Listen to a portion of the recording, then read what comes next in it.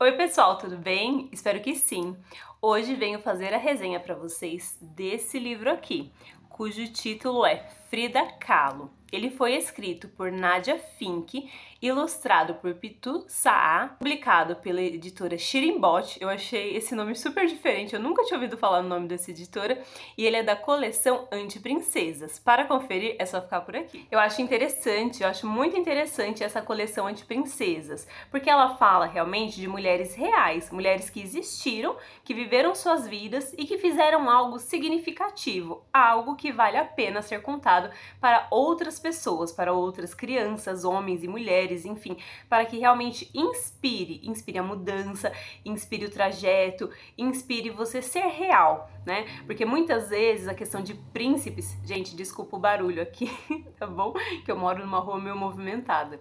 Enfim, porque muitas vezes livros de princesas são legais, também trazem uma história, também trazem um contexto, só que às vezes essas histórias assim muito fora da realidade da pessoa, princesas, castelos, toda aquela magia, aquela coisa do príncipe que resgata, do príncipe que vira sapo, você beija, enfim, todas essas coisas assim, que depois vira um príncipe de novo, enfim, essas coisas, elas são legais? São, mas é muito legal a gente falar de coisas reais, coisas que existem, coisas que existiram, coisas que fazem mais parte da realidade, né, que tá mais perto da gente. Eu acho muito importante a gente falar sobre a vida, né, comentar com as crianças sobre a vida dessas mulheres que existiram, da diferença que elas fizeram, né?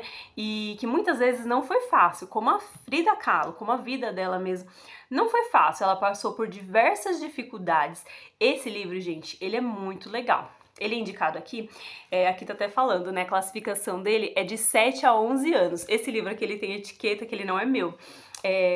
Agora a gente tá morando em São Paulo, então eu tô levando a Helena na Biblioteca de São Paulo, que é uma biblioteca enorme que tem aqui na Zona Norte, com aquele conceito de biblioteca viva, para que sempre a gente possa estar pegando livros emprestados, né? Que é muito legal a gente ter esse hábito, né, de ler, que por si só já é muito importante. A gente tem vários livros em casa, mas às vezes é bom você pegar uma história diferente, conhecer um novo livro. E a Helena, na escola dela, na escola que ela tá estudando aqui em São Paulo, eles estão fazendo com ela essa questão da identidade, né? Tipo assim, de você se reconhecer, de você se ver.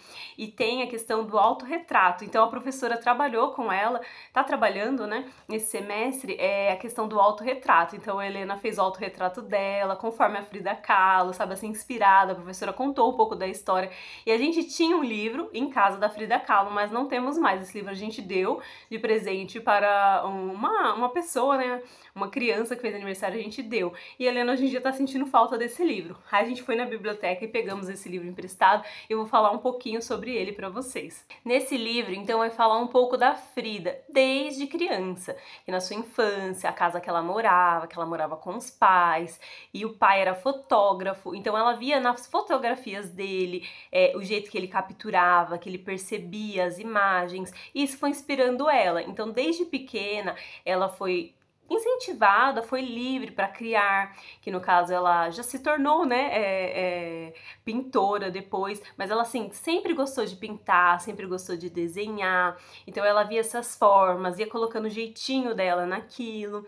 E conta aqui também que aos 6 anos ela teve uma doença que uma perna dela ficou mais curta que a outra, então isso fez com que ela ficasse manca. Outra coisa que fala também é que no tempo da Frida, eram poucas meninas que frequentavam a escola, eram mais os meninos que eram permitidos, enfim, que conseguiam, mas ela fez uma prova, ela passou, ela ficou, acho que entre 35 meninas que passou, que era a prova, acho que pro ensino médio, e fala também que às vezes ela se vestia como homem, e que isso desafiava a mãe dela, acredito eu que por conta daquele tempo, né, e a maneira como a mãe dela foi criada, então ela deveria ter algumas crenças em relação a isso, e sempre ela levava algumas broncas da mãe por conta disso. Na fase adulta, fala que ela conheceu um homem de nome Alejandro e que eles se apaixonaram, e que em um determinado passeio que eles estavam fazendo, eles estavam andando de ônibus e ela sofreu um acidente.